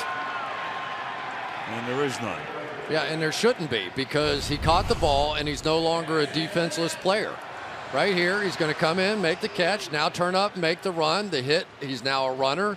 Should not be a foul there, but that's the second time we've seen his helmet come off. McCourty was the guy who popped him there, first down and goal from the 8-yard line. Sanchez out of the pocket, flag is thrown. Mayo makes the tackle at the 9-yard line. Yeah, I think Brandon Spikes is going to get called with a defensive hold.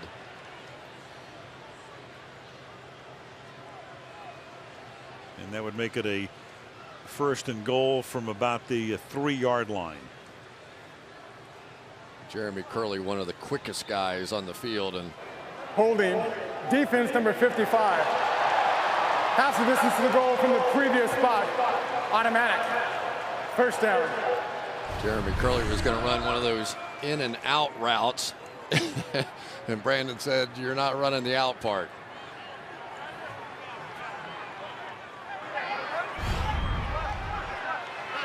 Spot the ball at the 4-yard line. Yellow waiting, Mike 5-1, blue 10. Blue 10. And this is Powell getting into the end zone for the touchdown.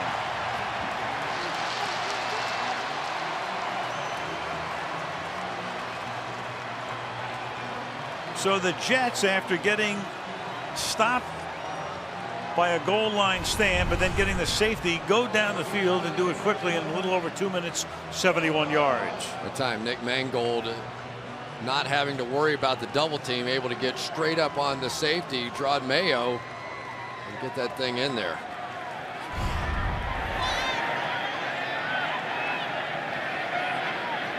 So Folk for the extra point.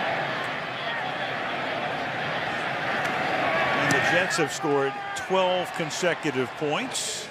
And with 4:41 to go in the third, it's 35-12 New England. Why am I thankful? First off, I'm thankful for my great family. I'm also thankful for all the veterans that serve this country, both past and present, that provide great opportunities for all of us.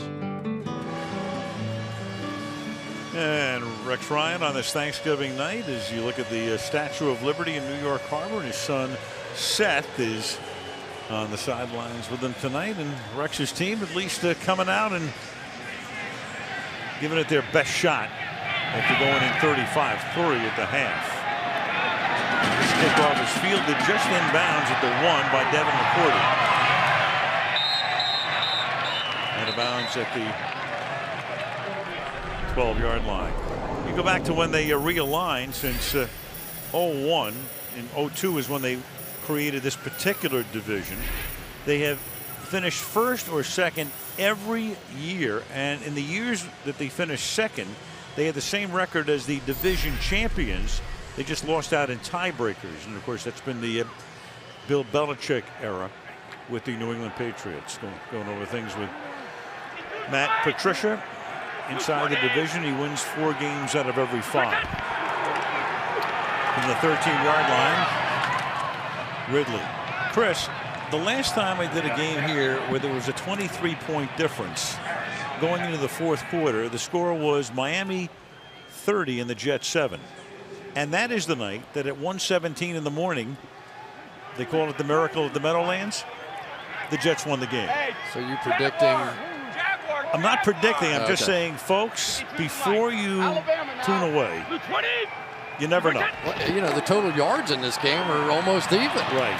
You know, they've had 2 crazy plays where Sanchez had the ball taken away from him and they ran it in, and then the ball flying out and Julian Edelman running it in. So far the Patriots offense only 21 points, but going into this drive, the yards were 309 to 294, almost identical. I just bought the car from you. Very good.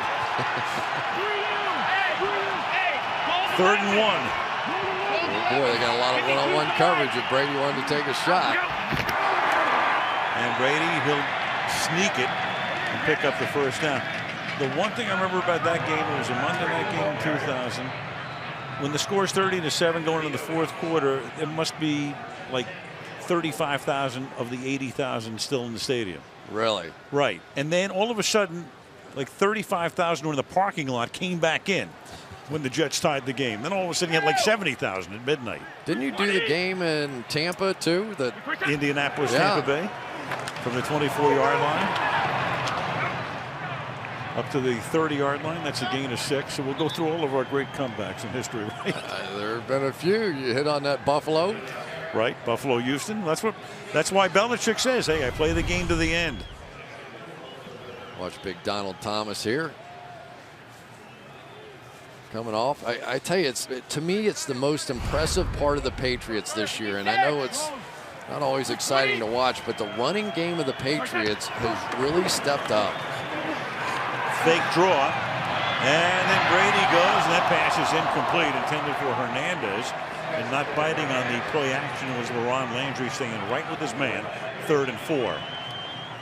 We hit on it before, but watch it one more time.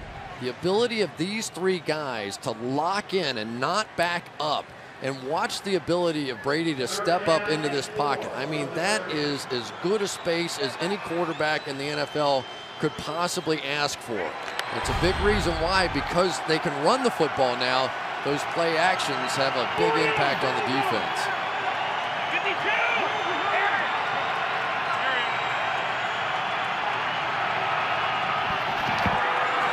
On 3rd and 4, Brady on a roll, throws, catch made, and welcome to exactly where he had to be to pick up the first down. And the clock will tick down to 2 minutes and under remaining in the 3rd.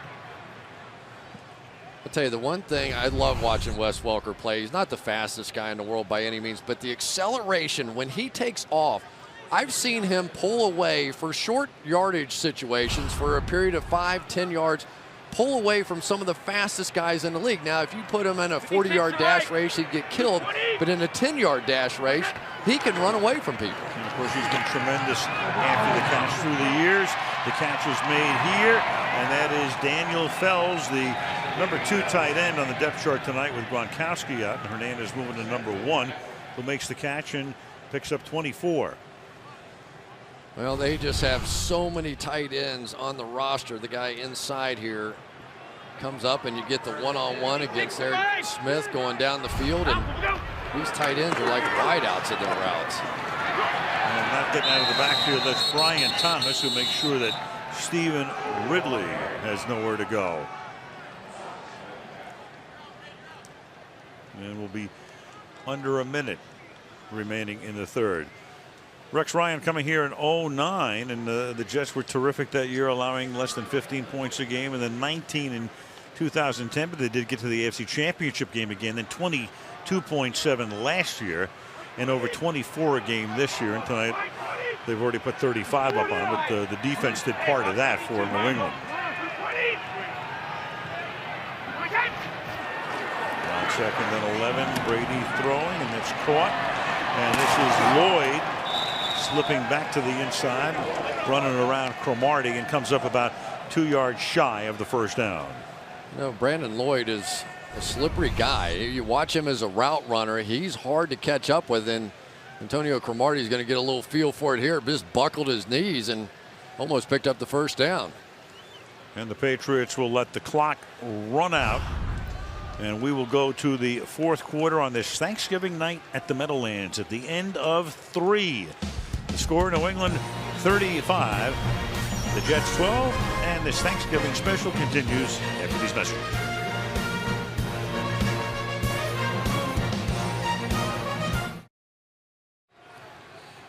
And we start the fourth quarter here at MetLife Stadium with a 3rd down and 2 for the New England Patriots.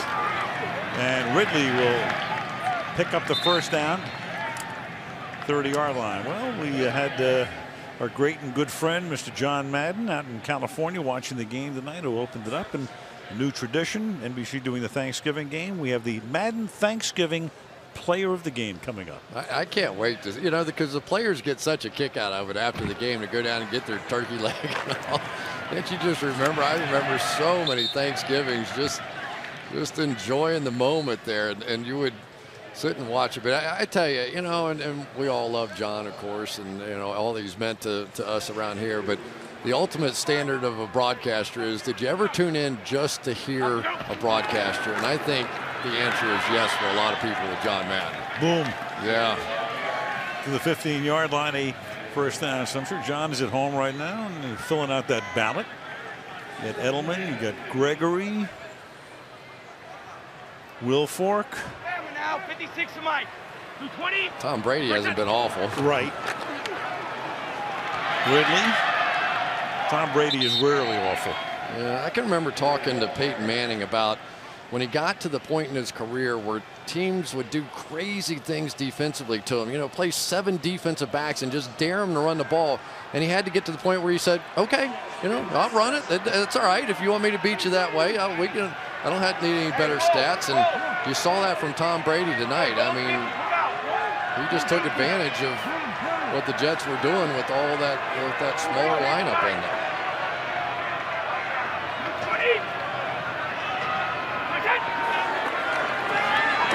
Second and 2, Brady throwing and getting free with a flag thrown is Aaron Hernandez for the touchdown.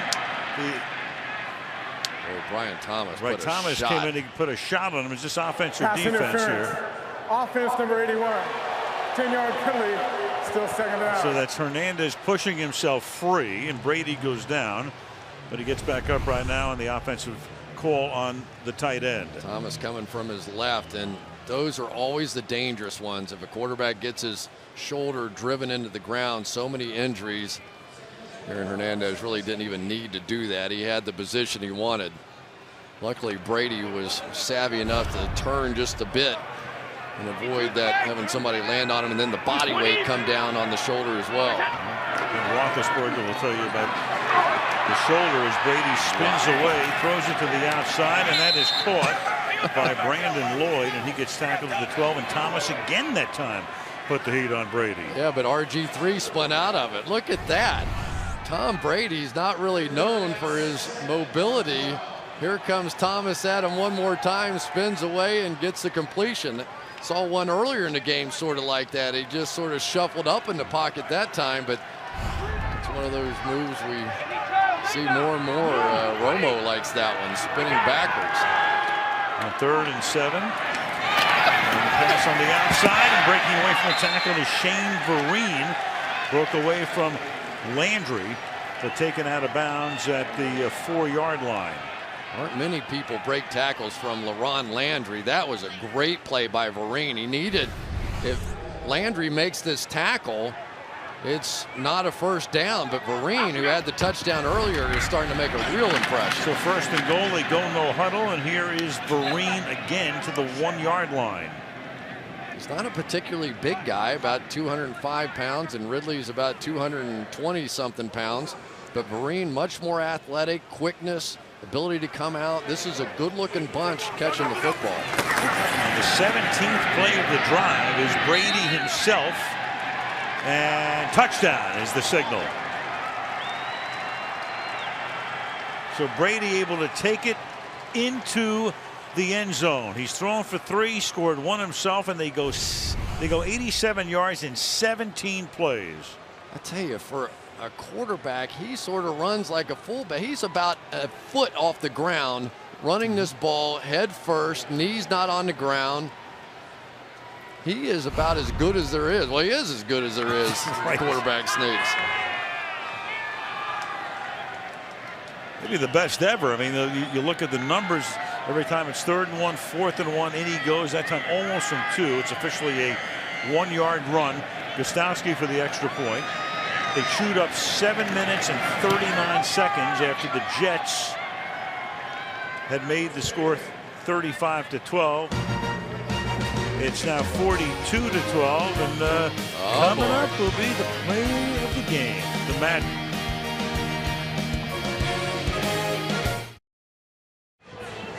Boy, the Patriots are starting to look like that Super Bowl team you were talking about in the open.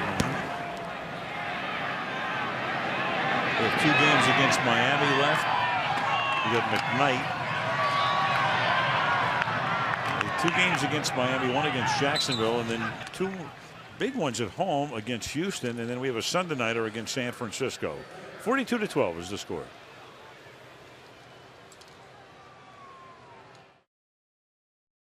Why I'm thankful. I'm thankful for my beautiful kids, my mom and dad back home in Kansas City, Missouri, my brothers and sisters, and my friends. I'm thankful for my family back in Oklahoma City, and especially my wife here, who just got married this summer. Thank you guys. Love y'all. And again, a happy Thanksgiving to everybody, especially the troops overseas that have tuned in tonight on this Thanksgiving night from MetLife Stadium. And Sanchez throwing and finding his man, and then the ball is taken away from Chaz Schillings. And you got Rob Ninkovich, who winds up with the football, and he has had a pretty terrific year in terms of creating fumbles, coming up with loose balls, and once again you've got a Jet turnover. I'll tell you this, Alfonso Dennard is making an impression. A young rookie, and he gets beat on the play, but watch him strip this ball out of here. A little Peanut Tillman action on that one. And for a team, you know, the New York Jets are a team that they work so hard on not beating themselves. They even in practice now, whenever they have a penalty in practice, the entire team, and I mean coaches, trainers, people standing around, everybody has to do 10 push-ups, and all these self-inflicted wounds, as they called it, have come back to haunt them tonight. Well, Julian Michaels will be in the locker room leading them through that tonight. Ball at the 37-yard line, and Brady's going to go deep and over the middle. It is caught by Welker. Wes Welker takes the ball inside the 10-yard line. It'll be 1st down and goal.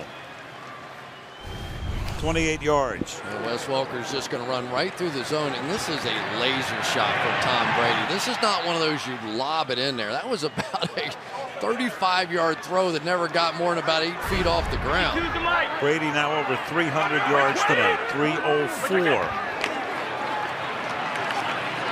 Going to the outside, and untouched into the end zone goes Ridley. Stephen Ridley for the touchdown.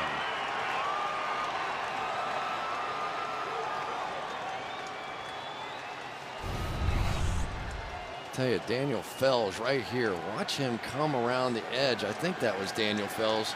Block on the edge and then follow it up and just drive his guy on the ground. The hardest thing in the world to do in the NFL is to get the edge, and especially getting the edge against a guy like Brian Thomas, who that's how really he's made his reputation in the league.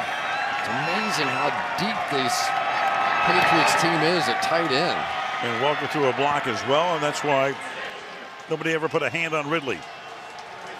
Wow. 49-12.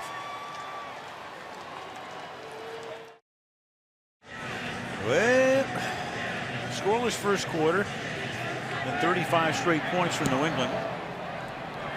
And they're up 49-12, a yard into the end zone. This is Joe McKnight coming back with it, but not very far. It's taken out of bounds up at the 20-yard line. And there is a flag.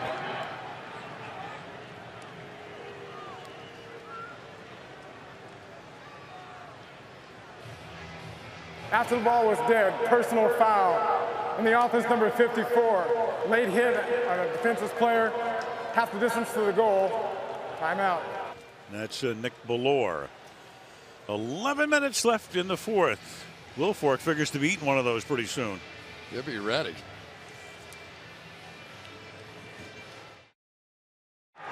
From the 10.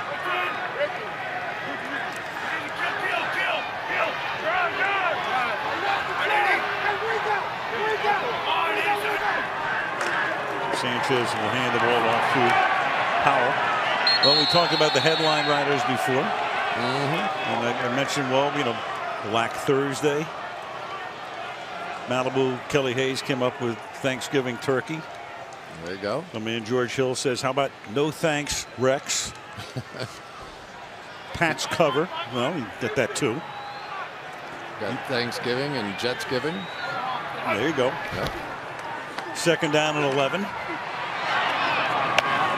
And that is caught by Jeremy Curley, and the guys at the Post and the Daily News who write those things are saying, I wish those guys would stop that. Yeah, they're laughing. I came up with Belichick made, and you scoffed. I thought nearly. Not nearly vicious enough. Right? It's got to be nasty. You know that. I'm trying to change my mindset here, you know, on Thanksgiving. Get into this a bit. Right. Well, tomorrow's Friday, though. Right. On 3rd and 1. This is Powell. Plymouth Rock bottom. Here's Carey. Illegal motion. Offense number 84 moving forward to the snap. 5-yard penalty. Still third down. That's Stephen Hill. So most points in consecutive games. Wow. Rams back in 1950. Cardinals in Chicago in 1948 was where home was for them. And take a look at last week with 59 and tonight with 49 points for the Patriots. Sanchez on 3rd and 6, and that's incomplete, intended for Curley and broken up by Arrington. Well, we talked about the running game and the improvement there. There's another area that looks much better to me than when we saw them last in Baltimore, right? And that's this back end. The way the secondary's playing, they have a lot more depth than what they've had. Dennard back there. Arrington's now a backup. He's been a starter. Patrick Chung can't even get on the field anymore. This Tavon Wilson leads them with 4 interceptions. He hasn't even played much, and they signed Aqib Talib. So what was once thought of as a weakness is starting to change in my mind. Improving week to week as the fair catch is made by Welker back at the 17-yard line. 49-12, Pats.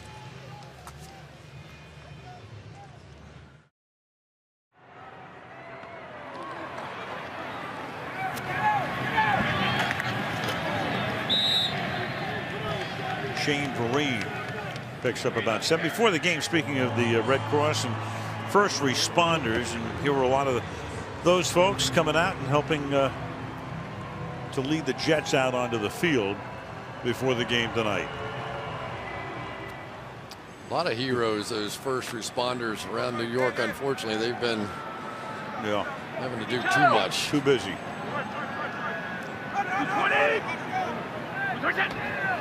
Second and 3.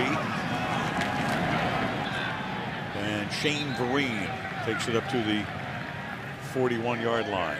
You know, you get in one of these moments and you start thinking about it. Bill Belichick's a guy that known for a long time, but here's a guy, his first job, he got $25 a week.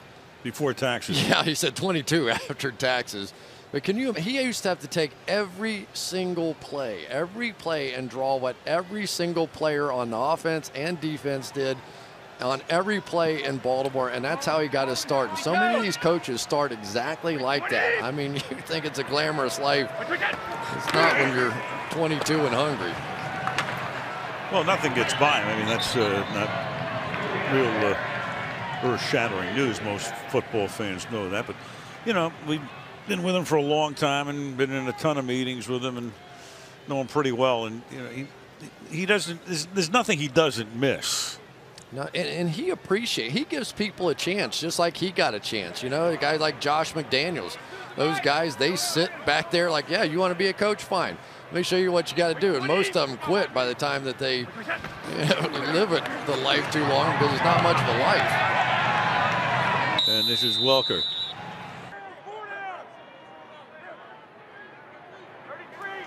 Washington was able to hold on after building up a big early lead and put a real big dent in the Cowboy hopes. And Brady will, before he gets hit, shovel it off to Danny Woodhead, who gets to the 42-yard line, and we're down under 7 minutes to play.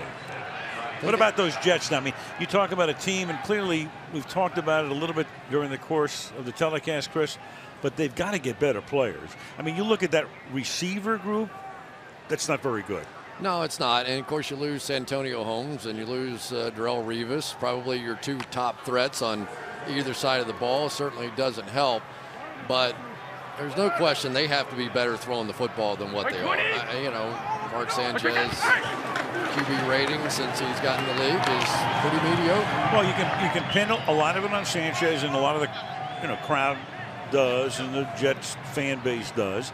But they really haven't surrounded him with a lot of offensive talent. No, they haven't. And the Tim Tebow signing this year was, you know, it just created this huge firestorm. And so within your locker room, and there was always a press conference with Tim after practice, and then one with Sanchez, and you look for signs. Was one bothered by the other, and all that kind of stuff. And, you know, meanwhile in New England, nobody says anything about anything, and they just go to work. And Vereen to the outside. The only thing that some Patriot fans will be wondering about, and they have through the years because they've blown teams out a lot, is why is Tom Brady still in a game that's 49-12 with 5 minutes to play? Yeah, you know, I hate to say I wouldn't want to Gronk nose. I wouldn't want, but I'd kind of like to see Ryan Mallett a little bit. Here's a guy that's a backup. I know they've been grooming. I've been hearing some good things about him. Now, whether they'd let him go in and throw the ball, I don't know. But, you know, that is true Belichick Patriots fashion. They sort of plant somebody on the bench, and you learn for 3, 4, 5 years behind the best at your particular position. Then all of a sudden, you're kind of ready to play. You play there, and then you grow moss. Danny Woodhead gets tackled at just about the line of scrimmage, and they'll bring in the punting unit. And Robert Kraft, and there's Jonathan off his left shoulder. Tell you what, people forget how bad that franchise was when they took it over. There were a lot of issues up there. They did not win many games. More often than not, they were trying to decide who their top 10 draft pick was going to be, and rarely is that ever in the discussion anymore. I did a couple of games. I did a Patriots game against New England. They gave me 6 seconds on the pregame show, and I said, well, loser of this game gets the first overall pick. Back to you, Bob. At least there was something to talk about. That was it. That was my 6 seconds of fame. And the kick goes into the end zone with 4 minutes to go. Well, the Patriots, one of the original franchises, the Madden Thanksgiving Player of the Game coming up, and we'll wheel that turkey out onto the field, and a couple of lucky recipients. There's that old six-legged job. Now that's a true turducken, right? That's it. And so one of the legs is turkey, or two of the legs turkey. Turkey, two chicken, duck. Right. Okay. Stuffed with chicken, stuffed with duck, and about 8,946 fat grams and 4 million carbohydrates. I think Vince will survive it. That's probably going to be Vince Wilfork's first question. How many fat grams in that? Dumped off to Sean Green. And he got Sanchez. And again, we were talking about Tebow and the crowd chanting for Tebow, but he's going to at least try to continue here. Tebow with a rib issue, there's no doubt about that, as Sanchez gets planted into the ground by Justin Francis, and then that catch is made, and Curley might have been off to the races were it not for starting to stumble, and he takes it to the 35-yard line. Yeah, there's one guy that's a keeper in this receiving core. Jeremy Curley can play, and in the first game between these two teams, he had over 100 yards receiving and made several big plays to take that one into overtime. Gain of 36. And Sanchez and picking up some fantasy stats right there as he hits Dustin Keller at the 13-yard line. And you look at Sanchez's numbers on the night and you figure, oh, he's got a really good night, 24-33 for 289, but we know better. Yeah. Unfortunately, in this division, it's the guy who's playing quarterback on the other side that you got to match. Into the end zone and too tall for Dustin Keller. Second down. You know, the interesting guy is going to be Stephen Hill, though. You know, he's going to have an off season to work and to train. I've watched him in practice. I've watched him, studied his tape, and you know, he's like a pitcher that can throw 98 miles an hour, but he throws 98 every time. You know what I mean? And so after a while, you kind of catch up to him and you can gauge him. Whereas the great receivers change speeds and they give you different looks and they explode into breaks and then they hesitate and they go. And I think he can be taught. I really do. I think he'll learn. And 2nd and 10. Sanchez takes off his first option, then hits his second, and a flag comes in at the end because you heard that the helmet there as Schillens makes the catch. Yeah, that's Dennard this time. Looked like throwing the forearm in there to the helmet on that one. Personal foul. Unnecessary number 37 hit on a defenseless receiver. Half the distance to the goal, automatic. First down. The right forearm's going to come in from Alfonso Dennard and right to the head.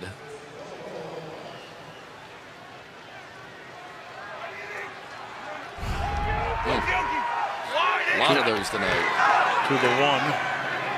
And off play action, the pass in the back of the end zone is hauled in for the touchdown by Dustin Keller. Hey.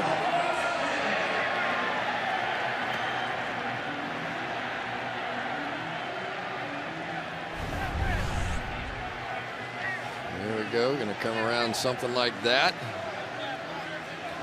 Play fake to the right, everybody slides that way, and the old throwback the other way. Tavon Wilson in coverage on that one.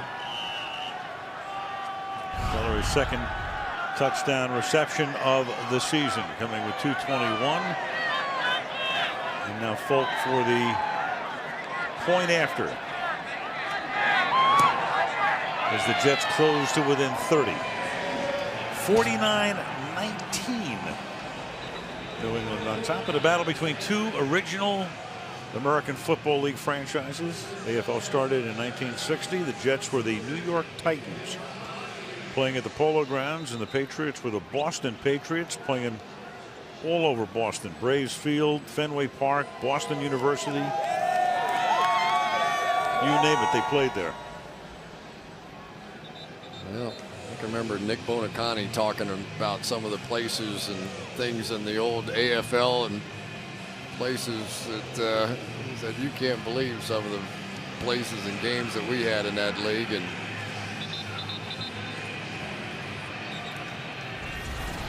Now, of course, in the AFC East, and a look at the division leaders, we've already posted the New England win. We're really going out on a limb there. Houston 10-1, so they would have home field advantage. Baltimore at 8-2, and Houston will have to play a game in New England on a Monday night in a couple of weeks. And the Broncos solidly in command in the AFC West. Wild card hunt, you got at the moment Indy and Pittsburgh are there, and Cincinnati knocking on the door. And then the rest of the group, and the Jets will drop to 4-7. Steelers down to their third-string quarterback now with Charlie Batch, so who knows? Pretty good third-string quarterback, though. Well, they go Cleveland this week, and then they go back to Baltimore.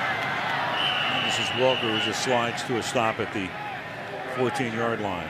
Yeah, but Cleveland put on a heck of a show down in Dallas, right? And they went down there and gave the Cowboys all they want. Of course, who knows how good Dallas is now at this point. There we go. Yeah, there's your man. You were waiting all night. You were waiting all Thursday night for Thursday night. Where's Faith? Ryan Mallett comes in, third-round pick, Arkansas. And Tom Brady is done for the evening, 18-27, and there are the numbers. 67%, 144.5 rating. Fairly typical.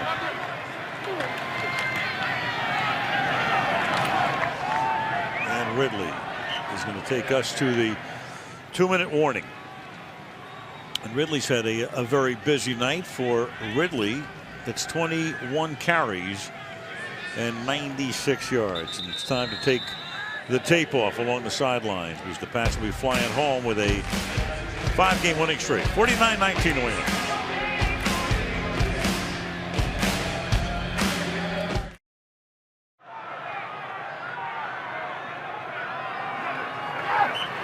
And a little kneel down here by Mallett. It'll be fourth down, and Belichick can take the headset and the communication devices off. And for the Jets, it's back to training camp. It's back to the rest of the season. It's back to the problems they had a couple weeks ago, and they've all resurfaced after that 1-week respite in St. Louis. You know, and you look across the way, the hardest part about being in this division is you look across the way at near perfection. There is no question that over the past 10, 11, 12 years, the New England Patriots franchise has been the model.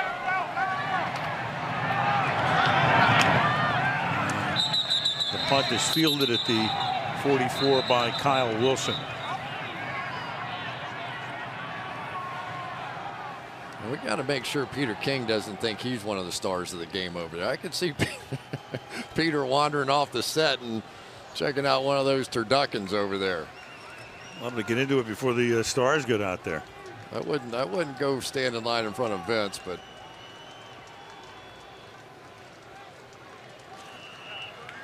so Sanchez will finish out the game. And again, you joined us late, wondering about Tebow. We talked about sore ribs, wearing a flak jacket tonight, so we haven't seen him for even one play.